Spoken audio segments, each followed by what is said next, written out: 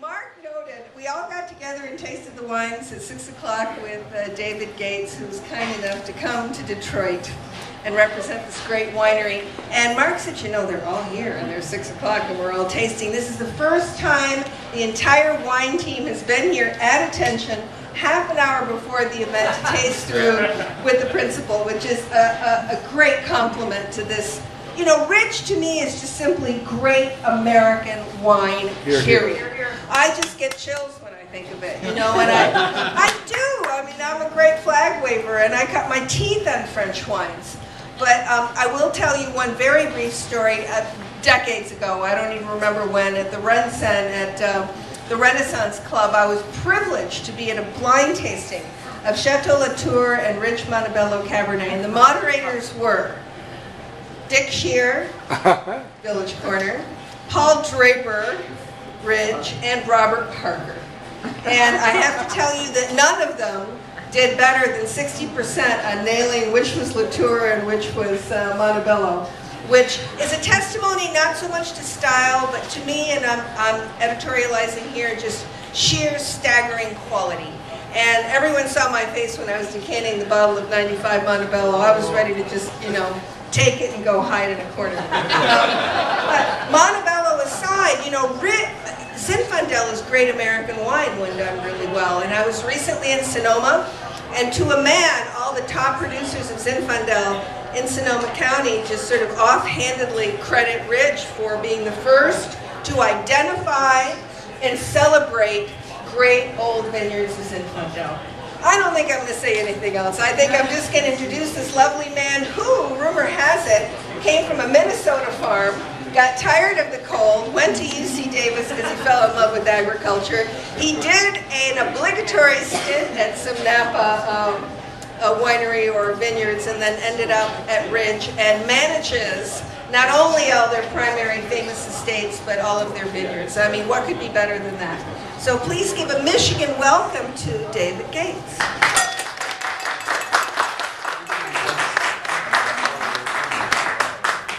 Thanks everyone for being here and for enjoying these wines. I would like to start off just by saying a little bit about Ridge and our philosophy, and mainly that philosophy falls to Paul Draper, who's been our winemaker since 1969, which in California terms, California winemaking terms, is an eternity. And that has been, I think, probably the number one reason that Ridge is kind of in the state where we are today, where we have some very iconic brands, Geyserville, Lytton Springs, Monte Bello, of course, and kind of a singular vision that Paul had on his winemaking philosophy, winemaking style, and then was able to bring that, bring that to you guys. So, and what Paul always says, very modestly I might add, is that he's like the luckiest guy on earth because he makes wines that he likes, and he's fortunate enough that other people enjoy them as well. And so, and I kind of feel the same way working in the vineyards at Ridge, that they have been so great to us. You know, we have Monte Bello, which is an hour south of San Francisco in the Santa Cruz Mountains. Very mountainous vineyards, and we have this really, if you're into the web, go on our website, ridgewine.com, and there's this really cool vineyard map that you can, it's like a flyover thing, and it shows you all of our main vineyards, where they are, and you can get a much better sense of it than me talking about it. But Monte Bello is all mountain fruit. It's a very cool area for growing grapes. And the only reason why we can get Cabernet Sauvignon, which is one of the later ripening grapes, the only reason why we can get that right is because we're up above this inversion layer. So our nights are very warm and our days still stay very cool. So the grapes kind of chug along and mature, and everybody else is in the valley below is getting warmer in the day but much cooler at night. So that's kind of our secret to Monte Bello. And the other secret is the soils at Monte Bello. In geologic terms, it's called an exotic terrain. So it wasn't from that area. It was actually a little mount of sea on the Farallon Plate, which has now been subsumed underneath the North American Plate, pushed underneath by the Pacific Plate. And that little piece is this really cool limestone, very old limestone, that really adds to the acidity and the structure of the wine. And it's great for grapes because limestone ameliorates the effects of acid rain that makes the soils acidic and then causes problems for vines. And I could talk about this like forever. So, but I won't. I promise that I will be brief. Yes, yeah.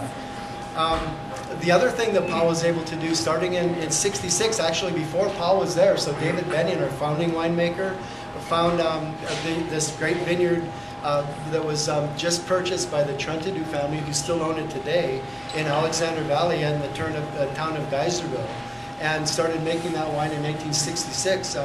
Paul took it over and in '69 took over the winemaking. And to my knowledge, it's the only town in California that is actually trademarked as a name of a wine. So that's kind of cool. Because we couldn't trademark Paso Robles, which is another wine that we make this name of a town. But so Geyserville is really neat. It's one of the oldest zins that we've been making every year since 1966. It also has in it some of the oldest vines that we farm, planted in the 1880s. We call it the Old Patch. 1880s. 1880s, yes, yeah. And we call it the Old Patch because it's a mixed vineyard, which is very common for pre-Prohibition vineyards, so pre-1900 vineyards. They were never one single variety. That was not the norm. That's a very recent American development to call Cabernet Sauvignon and make it 75% or whatever. So this vineyard has Zinfandel as its base. It also has Carignan, which is a blending grape that was originated in Spain. It has a lot of Alicante Bouschet, which is a red juice variety that was planted. It was bred actually in the 1850s by a fellow named Henri Boucher in the south of France to help beef up the quality of southern French wines. And it made its way to California in limited quantities and blew up during Prohibition. It was the highest priced grape. It's not very good for winemaking, but it's a great blending grape. But they loved it in Prohibition because these grapes were shipped to home winemakers due to a little act called, I think, the Homestead Act in Prohibition. So you have winemakers from mostly immigrant families everywhere, from Minneapolis all the way to New York, Chicago, Detroit, all the cities in between, were making home wine because you could make 200 gallons of wine for your home.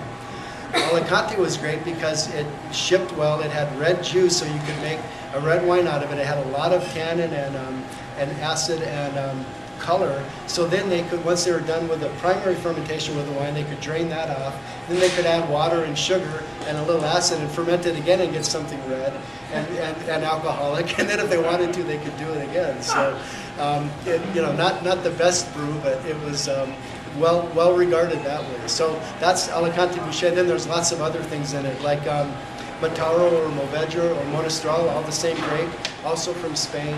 Syrah, Grenache, lots of, also we're actually in the process of IDing the vines that we don't know of, that I couldn't identify the names of, and we think there are about 20 or 21 different varieties in that little block called the Old Patch.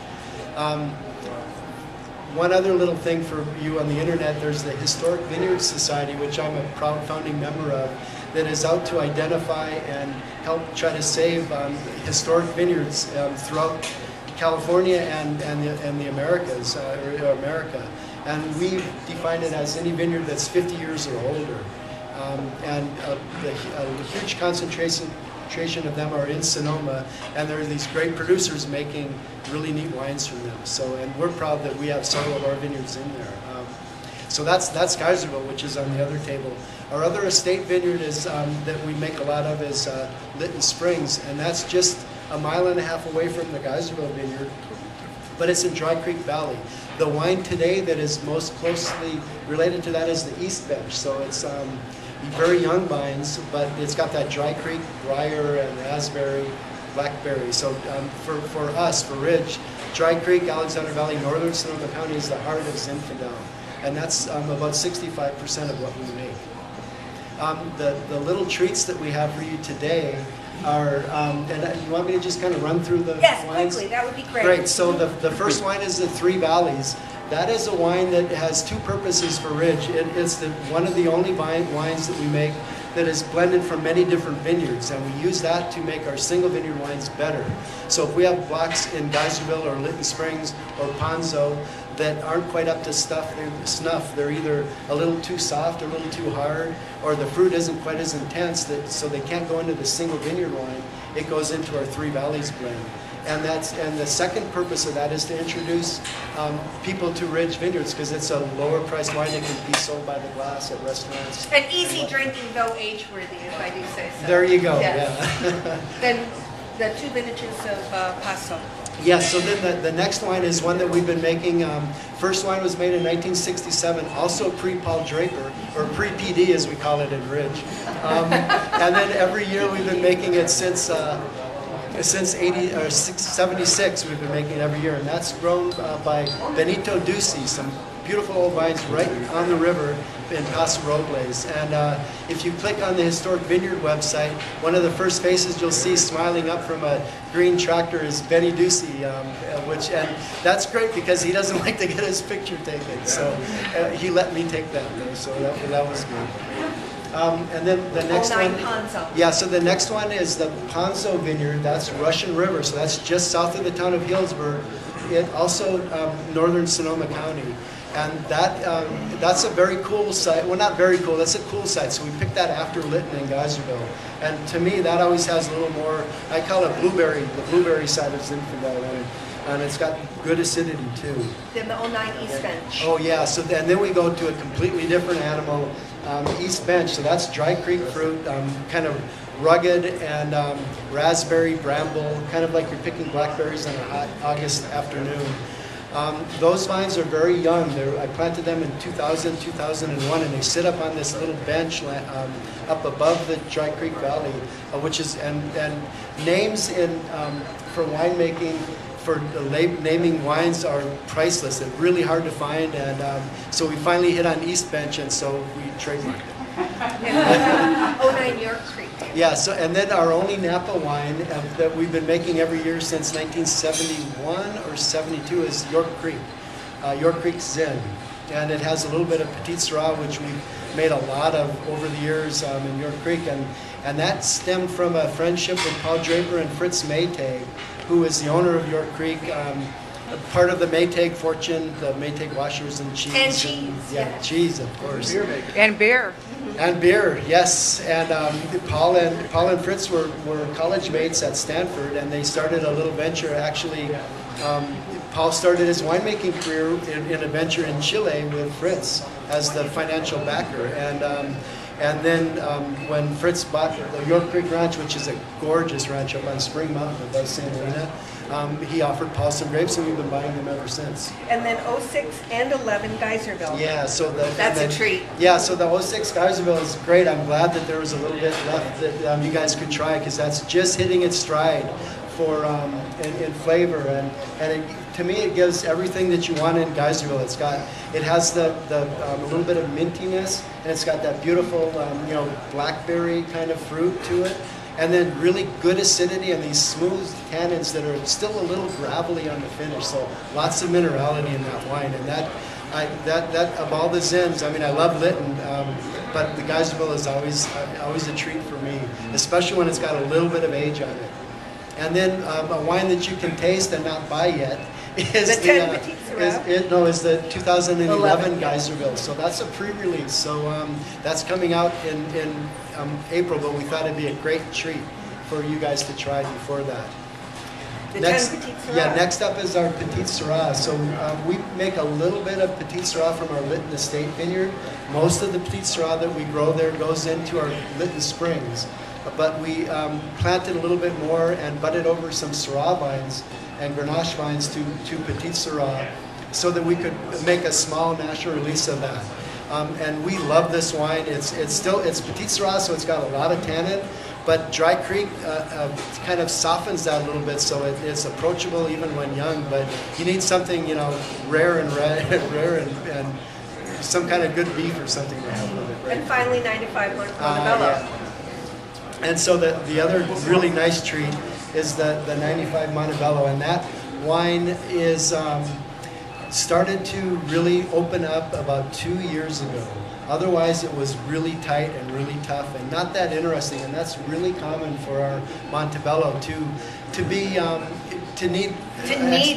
time, yeah, to need time to really open up, and you get the secondary kind of characteristics where the primary cherry, you know, red and black cherry, ripe cherry, Bing cherry fruit, kind of goes more toward cherry pie or something. And then the oak is softened, so it's not just toasty oak, but it becomes more like cedar. And then you get a little bit of the earthiness that comes out. And then what I really love about aging Monte Bello is that the tannins just kind of smooth out, and so the finish goes on and on and on. That was a wonderful snapshot of everything. Good. Just a teeny little bit of housekeeping. If you took a look at your order form, everything is available for purchase tonight except for the 2011s, which we will make a note of what you'd like to get, and then we would let you know when they arrive. You will not prepay for the 11s, but everything else is available for purchase tonight, and if we run out, we can probably get more from the winery. One hopes. If you look, there's a nice little laundry list of actually Monte Bello. It's a mini vertical, though you're only tasting the 95 tonight. I will add peanut gallery comment. I mean, not only is it showing great, but even, you know, there are other great California Cabernet producers. I would say with passion that there are very few that develop this kind of layering. You know, what we call vinosity. Something, those layers that you get, the complexity that you get with bottle age. It's pretty amazing. So you can go eeny meeny on the Monte Bello offerings. What else to say? Did I forget anything? Anthony, Rod, Jeff, are we good? We'll have a nice team set up for you at the bar. David is perfectly happy to sign bottles if you'd like that. And I'm going to retaste everything and may pour you a little too. So thank you for coming this evening, and thank you.